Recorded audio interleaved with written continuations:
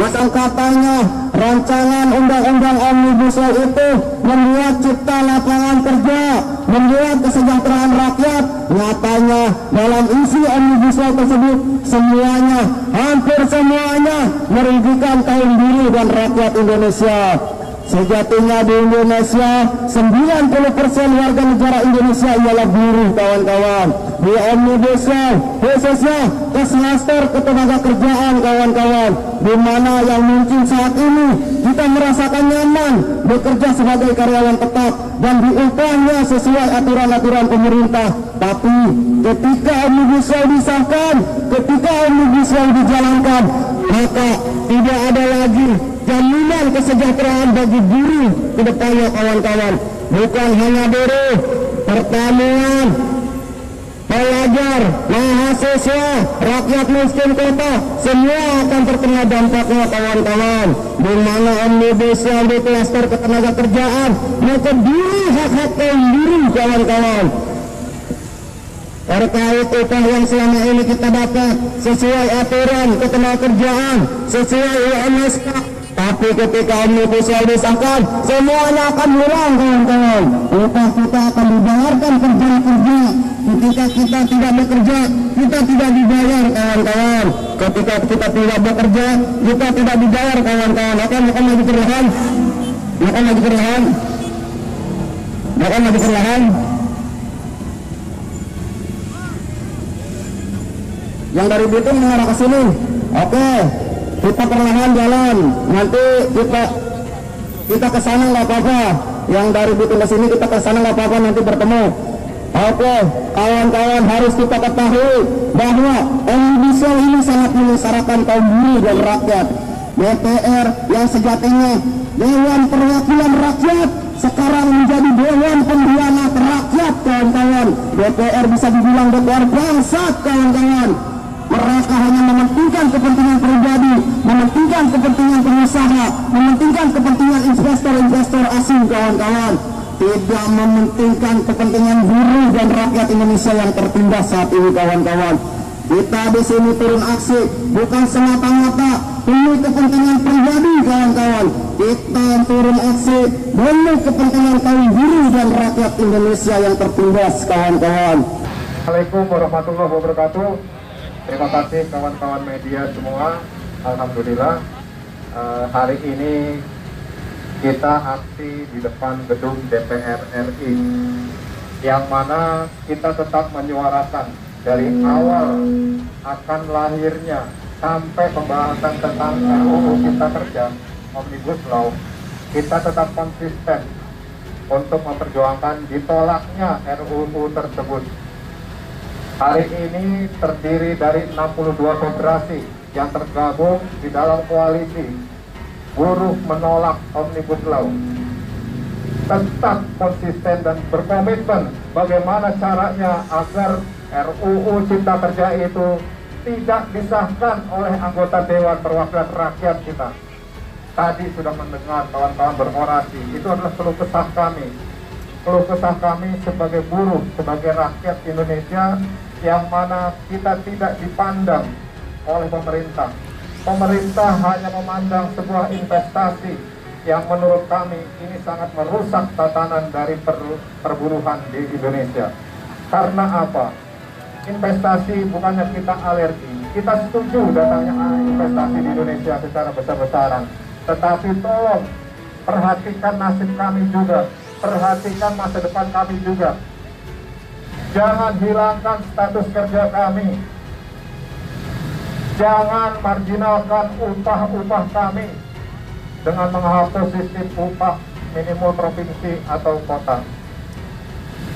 Jangan kerdilkan pekerja-pekerja yang ada di Indonesia. Silakan berinvestasi, silakan, kami juga setuju demi masa depan anak cucu kita. Tapi hari ini kawan-kawan mendengar sendiri bahwa semua itu hanyalah omong kosong belaka. Dewan Perwakilan Rakyat yang kita hormati tidak menyuarakan apa yang sudah kita usulkan.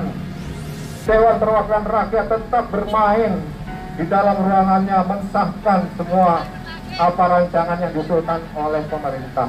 Hari ini adalah aksi kita untuk mengikuti instruksi dari pusat ya, bahwa kita sudah diinstruksikan untuk mogok nasional di tanggal 6, 7, dan 8. Dan hari ini kita realisasikan di depan perusahaan kita sendiri melakukan mogok nasional tersebut.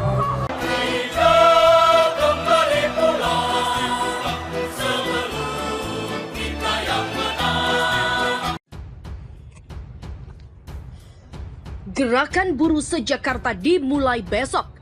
Masa sudah tak tahan lagi. Buruh desak Jokowi mundur.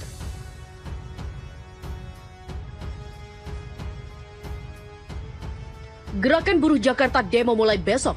Gerakan buruh Jakarta atau GBJ akan melakukan demo untuk menolak Omnibus Law Undang-Undang Cipta Kerja di depan Istana Merdeka Jakarta Pusat.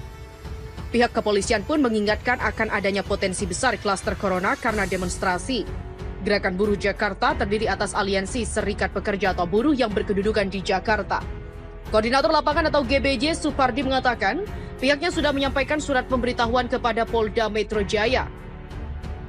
Sebelum ke Istana Negara, masa akan berkumpul di 5 titik, diantaranya kawasan industri Pulau Gadung, kawasan industri KBN Cakung, kawasan industri KBN Marunda, flyover Pasar Bo, dan Waduk Pluit. Aksi akan dimulai pada Kamis 15 Oktober hingga Kamis 22 Oktober. Supardi mengatakan aksi akan dimulai sekitar pukul 8 waktu Indonesia Barat hingga pukul 16. Masa akan melakukan orasi atau di mimbar bebas. Sementara itu, Kabid Humas Polda Metro Jaya Kombes Yusri Yunus mengatakan pihaknya belum mengetahui terkait rencana demonstrasi besok. Dia memastikan belum ada pemberitahuan yang masuk terkait rencana aksi gerakan buruh Jakarta. Dia pun menghimbau masyarakat agar tidak dulu melakukan demonstrasi di masa pandemik saat ini. Menurutnya kegiatan demo bisa menjadi klaster COVID-19. Demo bawa bebek Serikat Pekerja tuntut batalkan Undang-Undang Ciptaker atau Jokowi mundur. Masa dari Federasi Serikat Pekerja Aneka Indonesia atau FSPASI menggelar aksi unjuk rasa menolak pengesahan Omnibus Law Undang-Undang Ciptaker. Dalam aksinya, masa membawa bebek sebagai simbol kritik terhadap Presiden Jokowi. Masa juga membawa spanduk bertuliskan buruh dan rakyat menuntut batalkan Undang-Undang Omnibus Law dan batalkan Undang-Undang Omnibus Law atau Jokowi mundur. Sebenarnya kami ingin membawa kurang lebih dari 13 bebek, hanya kondisi yang tidak memungkinkan. Maka dari 3 tersebut mewakili dari 13 poin yang sedemikian merugikan kaum buruh. Begitulah kata Koordinator Lapangan Nurdin kepada wartawan. Nurdin mengatakan pihaknya membawa bebek juga sebagai kritik terhadap Presiden Jokowi yang lebih mementingkan mengunjungi peternakan bebek di Kalimantan Tengah dibanding menemui masyarakat saat aksi demo 8 Oktober lalu. Dia heran mengapa Jokowi jauh-jauh ke Kalimantan Tengah jika hanya ingin melihat bebek.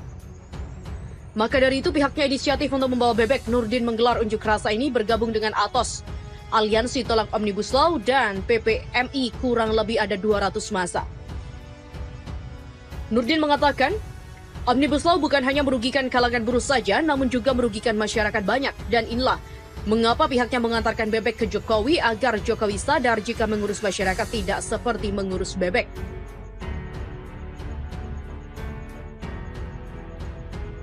Yang cukup dilihat terus dikasih makan, tapi harus dikasih perhatian, kasih sayang bukan. Kemudian datang dihadapin dengan polisi terus didepresif kami. Dari tanggal 6 Oktober sampai hari ini saya akan ikut aksi terus, dan ketika ikut aksi belum pernah Pak Jokowi datang. Jika hanya ingin melihat bebek, maka kami berinisiatif untuk membawa bebek. Begitulah kata Nurdin. Di mana hal ini bentuk penolakan dan juga sindiran jika dia lebih mementingkan bebek daripada masyarakatnya. Dan sebut Omnibus Law telah diserahkan ke Jokowi, fraksi rakyat mengatakan sudah tidak sah. Fraksi Rakyat Indonesia mengatakan Omnibus Law Undang-Undang atau Undang-Undang Ciptaker sudah melewati batas untuk penyampaian kepada Presiden Jokowi. Karena itu mereka mengatakan bahwa Omnibus Law ini sudah tidak sah. Mereka merujuk pada Peraturan DPR Nomor 2 Tahun 2020 tentang pembentukan undang-undang mengatur penyampaian rancangan undang-undang sebagaimana dimaksud. Pada ayat 3 dilakukan dalam jangka waktu paling lambat 7 hari kerja terhitung sejak tanggal persetujuan bersama. Sebagaimana diketahui bersama, rapat paripurna yang menyetujui Omnibus Law Undang-Undang Cipta Kerja adalah tanggal 5 Oktober, artinya paling lambat penyerahan tersebut adalah pada 13 Oktober atau 1 hari yang lalu. Demikian kata fraksi Rakyat Indonesia dalam keterangan tertulis. Hal ini sekaligus membantah ucapan Wakil Ketua DPR Aziz Samsudin yang mengatakan bahwa draft Undang-Undang Ciptaker akan resmi menjadi undang-undang pada 14 Oktober. setelah diserahkan pihaknya ke Jokowi.